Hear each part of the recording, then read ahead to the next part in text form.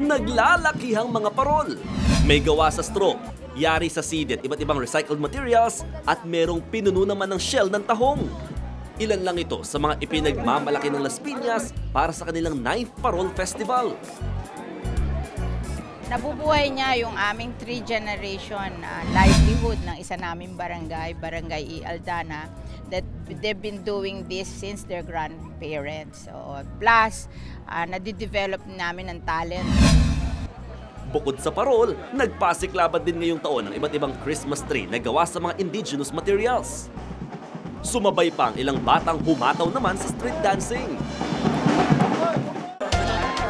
Sa General Trias, Cavite naman, ibinida ang maagang handa nila sa Noche Buena. Yan ang iba't ibang luto ng Valenciana. Isang putahe na mayroong mahigit sa 9 na sangkap, kabilang ang kanin, manok, hotdog, itlog at iba pa.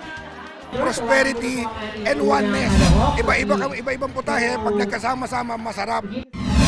Pero isa rin sa inabangan ng patalbugan sa sayawan ng mga estudyante. Isang paraan lang nila ito bilang paghahanda sa darating na Pasko. Umaaksyon, Mon Gualvez, News 5.